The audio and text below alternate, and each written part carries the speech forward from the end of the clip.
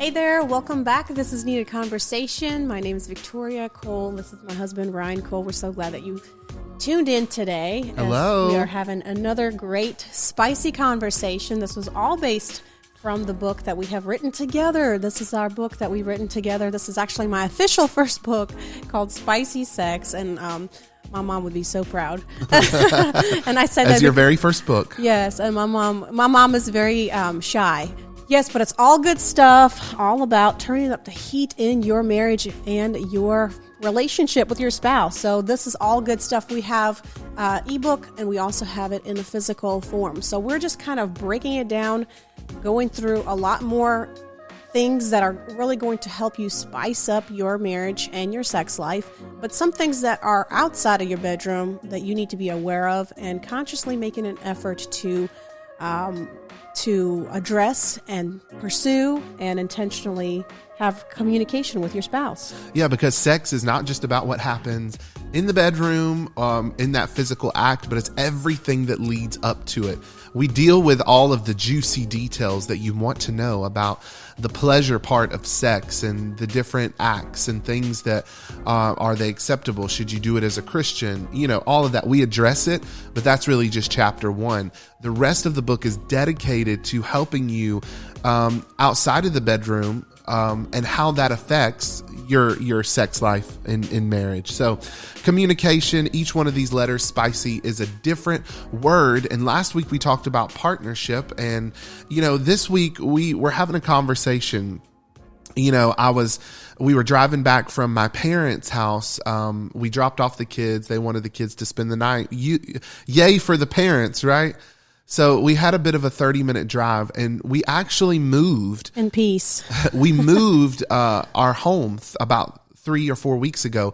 And, you know, when you've lived at a certain place for a certain time, you are driving on autopilot, right? It's once you know the path to get you from work to home or from church to home or your parents' house to home, it's like ingrained in your mind, and you could get there with almost driving with your eyes closed. That's definitely not what you should do.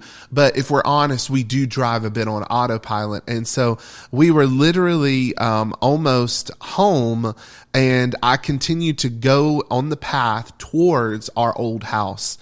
And I literally shook myself. I don't know what it was, a landmark or something that reminded me that we no longer lived at that old house, that we were actually closer to my parents and that we didn't have to drive as far, you know. And I just said to myself, how many of us are living our lives on autopilot? Yes. And how many of us have our marriage on autopilot? Mm-hmm. And really, we're just faking it. We're faking it in and out of the bedroom. You know, when it comes to climaxes and stuff, you know, let's be honest, there's been jokes around women being infamous about faking it, you know, just to make their man feel good and just to get it over with. You know what I mean? Yeah, because it's a dreaded thing, especially I think for wives. I think because a lot of these things have not been addressed, and I'm not putting blame on men. I'm just saying that because there's not this open communication, that a lot of women, a lot of wives dread that whole act. They don't feel like it's for them. They don't feel loved. They don't feel like that their spouse cares for them at all. They just want that physical act, and that's it. And so I definitely understand where those women are coming from, but we're here to really help you guys talk those things through and be honest with one another, not only about issues that you have in the bedroom, but more than likely a lot of the issues are actually outside of the bedroom. You know, like we've had conversations with Ryan about how women operate. So men are usually focused on one task at a time. For the majority of men, I'm not saying all men are that right. way. But when a man is on a task, usually they're just focused on that sole task and they can kind of push everything aside. Women tend to have multiple tabs in their brain opened about, I got to do the dishes. My kids need their laundry washed. I have to prep, lunch for my kids for school. And, oh man, I don't have groceries. So now I have to go to the grocery store, and trying to simultaneously work all those things to make sure that their house is in order or whatever it is that they're dealing with. they tend to be much more distracted. And so when there's not that partnership that we talked about last week, then one spouse can feel like they're carrying all the load, and the other one, may feel like that spouse is completely disconnected, especially when it comes to the bedroom. And so we want to address a lot of things that are going outside of your bedroom so that you guys can partner together in such a way where you guys can feel or carry each other's burdens, because that's what truly it is. And I'm not saying that it's always going to be equal every single time. Sometimes, one spouse is going to carry a heavier load, whether it's maybe a spouse is going back to school, or maybe you're going to work and the other spouse is now staying home, and there's this adjusting period. And the same is true for sex as well. Yeah. There's some times when one spouse has more pleasure than the other. Yeah. And that's okay. I think that you're serving one another in the bedroom, in and out of the bedroom. Yeah. And when it comes to faking it, if you're faking it in the bedroom, you're probably faking it in the rest of your marriage as well. Because I've said this before that, a good marriage doesn't start in the bedroom. But if you have a good marriage, what's happening in the bedroom is more than not good. So, the bedroom is a reflection of your outside of these four walls relationship and whether or not you're cultivating intimacy. And so you have to ask yourself, why am I faking it? Do I not feel open enough with my spouse to tell them, what feels good, what doesn't feel good, that sex just isn't doing it for me, or that you need something more to make sex better, for you. And I'm not just talking about bringing objects into the bedroom. I'm talking about more in the relationship. You need more depth. You need more focus and intentionality. And so, thinking about me driving on autopilot to our old home, and missing that turn, right? So many of us, we grow into monotony in our relationship. We grow overly used to the way things are, and then we expect our spouse to be the same person that they were when we married them.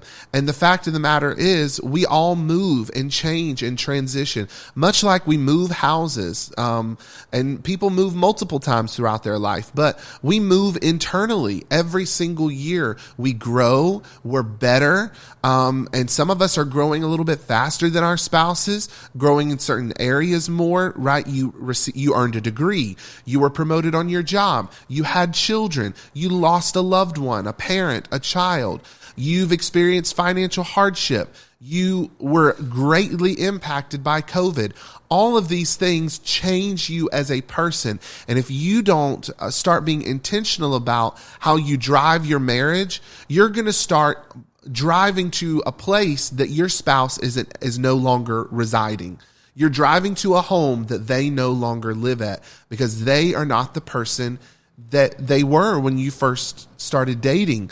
And it's not like they're completely on the opposite ends of the spectrum different, but these little nuances affect the marriage over time. And if you're living in autopilot with your marriage, it's going to show up in the bedroom for sure. And that's going to become like a task.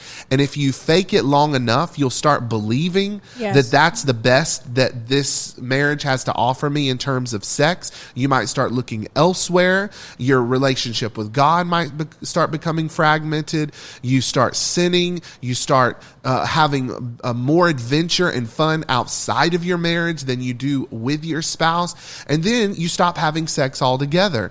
There was someone who commented on a post that I made on Instagram. You know, we do these reels, and I was talking about all of the excuses. Like Victoria was, mouthing along to someone who was complaining about neck pain and something in their eye, and they had period cramps and all of that. And we just used it as a funny meme, a joke to talk about, when we make excuses about not having sex. And I don't want to point the finger at women because I'm sure men do it as well too, but it's probably more common for women. Again, because like Victoria said, sex is so much more in the mind of a woman than just that physical act. And it is too for a man if he taps into it, but most of the time he's driven by that physical response. However, whenever I posted that, I started talking about both sides of that equation, right? Our responsibility as men, that we have in warming up our wives to sex. And then also the woman's responsibility to make sure you're intentional about sex too. Men do not always have to be the one to engage in sex. The women have in as much control over that situation, probably even more than men do, right? I said in the post, men, you have to do more than just say you want sex to warm up your wife. Have you considered her throughout the day? Do you practice a culture of serving throughout the week? We talked about this in our last episode of Needed Conversations, and then I went into the ladies, and someone commented and said they do all of that stuff that was suggested, but they constantly get rejected, and it's been almost a year since they had sex. And that's the thing. If you are living in this monotonous place, and I'm not sure about this this gentleman's issue, and it's a little concerning that he would make that public proclamation on a comment, but nevertheless, if he's out there listening, I feel for you. I understand, and at the same time, you could be speaking to your spouse from a place they no longer reside as well. You may think you're doing all of these things for them, but if it's not in the language that they're speaking at this season in their life, then they're not hearing it, right? You've got to change up your strategy. If it's been a year and you claim that you're doing all of these things to serve your wife and that there's no interaction in the bedroom whatsoever, there's a bigger issue. There's a bigger issue, but you got to look and be honest and say, this strategy's not working. Obviously, something I'm doing is missing the mark. And you've got to have these conversations. You might need some marriage mediation or marriage coaching or some therapy. But what we're talking about today is so important for you and for so many people who probably don't have the boldness to make a comment like that on social media. But, you have sex just once every couple of months. And to be honest, that's not enough either. You need to be having more sex. I understand as you get older, your bodies, do what they do. But I know older people who still have thriving marriages, Risky. Right? That I can tell, even on the outside, that they're affectionate towards one another. So that's not necessarily an excuse. You've got to make sex a priority. You've got to take marriage out of autopilot. You've got to stop faking it and start communicating your wants, your needs, your desires to your spouse. Faking it in the bedroom is such an insult. And women can have a hard time expressing to their husband that they're not enjoying sex. Is that true, Victoria? Mm-hmm. Well, I think it's because there's also this right timing of addressing the issues that you are having in the bedroom, because let's face it, a lot of men have a little bit of an ego when it comes to, performing. And that performance in the bedroom is almost, if you criticize it, it's a shot against his manhood. Exactly. Yeah. So finding the right time to do it. And that's why we've suggested people buy this book, because it's something that they can do together.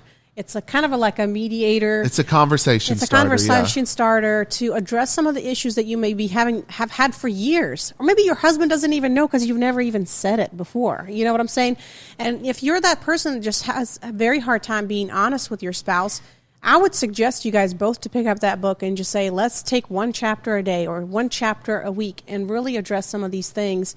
And just have this open conversation, and maybe it'll get to a place of you saying, these things are just not as effective. And your spouse may be shocked because you probably have never been honest with them, and it's something he's been doing for years. And they might not understand that you're faking it because they've not really experienced you experiencing a great amount of pleasure in sex. And it may come as a shock to them, but deep down inside, there's going to be a bell that rings and says, I figured that she wasn't having as good of a time as I thought she was having. And, men, if your wife comes to you, that's actually a sign of the health of your relationship, that she's coming to you and saying, I don't like doing this, or this is not pleasurable to me, or, this is what I would need or what I prefer, or, speak to your wife and ask her. Then don't just let her be the one who has to initiate that conversation.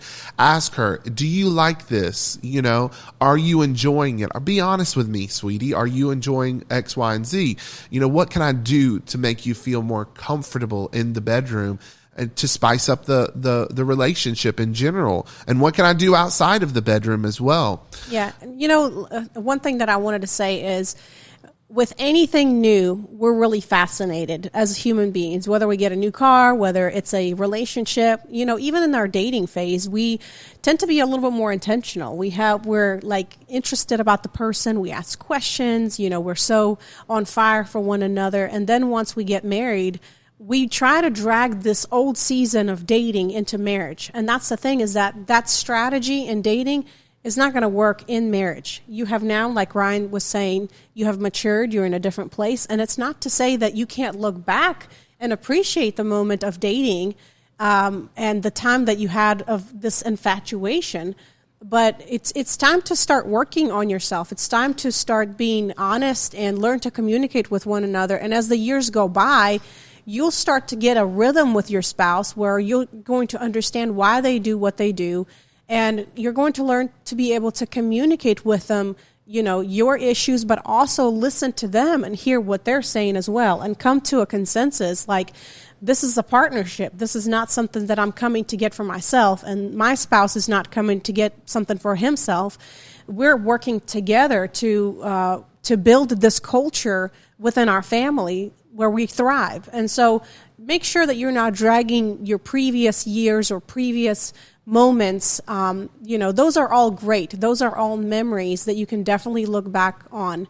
But make sure you're, like Ryan said, spicing it up in your marriage. You're doing something new. Maybe you need a getaway. Because you can be held captive in the good experiences of your past as well. Yeah. And not experience new adventures, right? That worked for that season with that mindset and that space and time, but you've got to do something different. And that's really what we've built our entire marriage ministry around, and how we teach people to date: the outer court, the inner court, and the Holy of Holies.